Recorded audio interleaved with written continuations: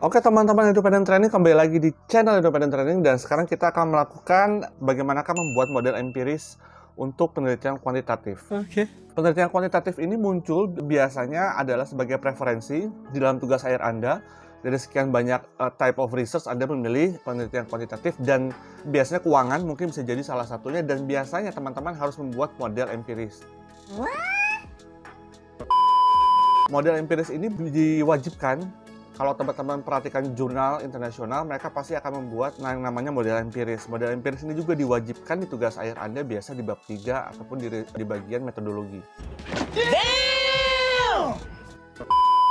Kita akan lebih detail membahas model empiris. Seperti biasa, jangan lupa untuk subscribe, like, dan komen di channel Independent Training supaya kita semangat untuk membuat konten-konten lainnya. Model empiris. Saya ambil judul yang sederhana, pengaruh pengungkapan environmental social governance terhadap dividend policy. Kita coba menggunakan anotasi alpha.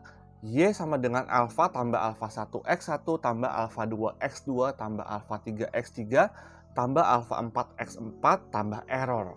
Y-nya itu adalah dividend policy, variabel terikat, variabel Y. Alpha 0 adalah konstanta. Konstanta nanti pasti akan muncul teman-teman pada saat teman-teman melakukan regresi, akan keluar hasil konstanta. Kemudian alpha 1 X1 itu adalah perkalian antara alpha 1 dengan pengungkapan environmental, social, dan governance.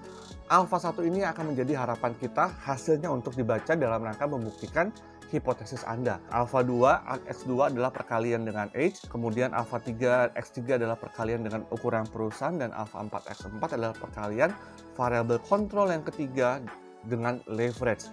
Ditambah error untuk mengcapture variabel independen lain yang memang belum masuk dalam penelitian ini. Nah, tidak ada keharusan sepanjang sepengetahuan saya dalam rangka penggunaan alpha, beta, ataupun gamma.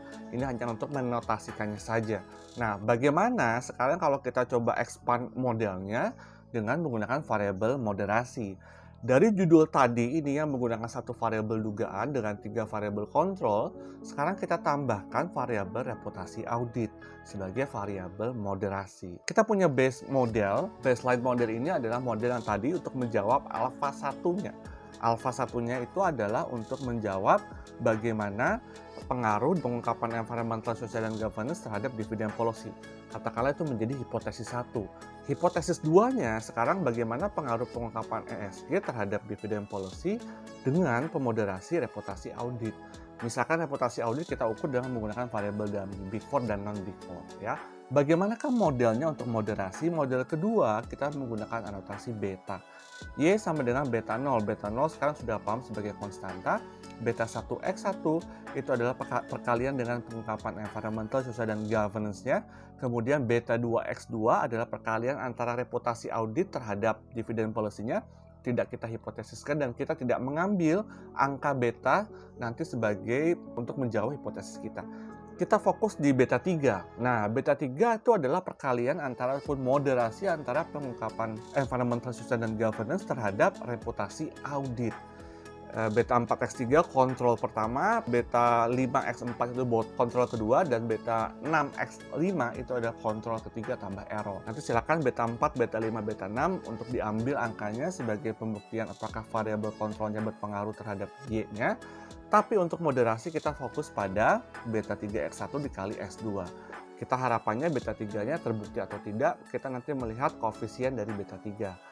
Jadi dari rangkaian dua model ini, kita mengharapkan alpha 1 sebagai penjawab untuk hipotesis 1, beta 3 untuk menjawab hipotesis 2. Pertanyaannya, kenapa moderasi menggunakan dua model? Karena sebetulnya kita mau melihat dulu kalau dia without moderasi. Nah, jadi ini sebetulnya ya silakan, kalau saya lebih prefer adalah kalau moderasi menggunakan dua model. Karena kita ingin tahu model awalnya dulu tanpa menggunakan moderasi, dan itu yang Anda hipotesiskan. Dan yang kedua itu adalah bagaimana kalau kita menggunakan model moderasi. Yang kita ambil hanya beta 3-nya saja. Karena beta 3 itu adalah perkalian antara pengungkapan ESG dan reputasi audit. Jadi dalam penelitian judul moderasi sebaiknya menggunakan dua model supaya kita tahu baseline modelnya dan kalau sudah menggunakan moderasi. Saya membuat ini pun selain memang based on pembelajaran saya kuliah, tapi juga based on jurnal. Karena kalau di jurnal-jurnal teman-teman, pada saat ada variabel moderasi, pasti dia membuat baseline model dulu dan nanti kedua akan membuat model moderasi. Yang menarik adalah menariknya adalah kalau bagaimana kalau misalkan hipotesis satunya bahwa direct efeknya pengaruh pengungkapan ESG terhadap dividend policy tidak berpengaruh, tapi pada saat dimoderasi berpengaruh. Nah, karena begini teman-teman, yang menjadi perdebatan adalah begini, moderasinya bisa kita pakai nggak ya pada saat ESG terhadap dividend policy-nya tidak berpengaruh. Nah, ini menjadi debatable, menjadi ranah perjuangan teman-teman dan dosen pembimbing, karena dalam common sense-nya, pada saat dia diuji langsung saja tidak berpengaruh. Nah, makanya sehingga moderasinya seharusnya tidak menjadi relevan dong, karena X dan Y-nya saja sudah tidak saling mempengaruhi. Nah, itu yang menyebabkan debatable, teman-teman, bahwa moderasinya jangan-jangan tidak bisa dipakai, karena X dan Y-nya saja sudah tidak berpengaruh.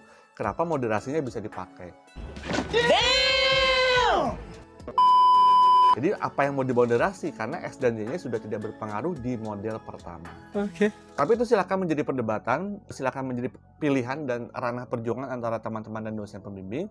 Apakah mau menganut mazhab pada saat tanpa moderasinya tidak berpengaruh, maka sekalipun moderasinya berpengaruh tidak bisa dipakai, atau mazhab kedua, pada saat moderasinya tidak berpengaruh tapi tanpa moderasinya tidak berpengaruh tapi ternyata dengan moderasinya berpengaruh bisa dipakai silakan. Karena fokus kita adalah pembuatan model, jadi kembali lagi saya tekankan substansinya adalah bahwa dalam moderasi sebaiknya kita membuat dua model.